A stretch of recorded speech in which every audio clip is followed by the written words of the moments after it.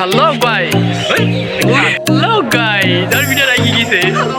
hello guy আমরা আছি এখন অনেক হ্যালো গাই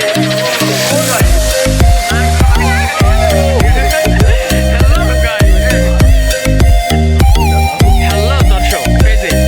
আন্তনগর এটি কি দিন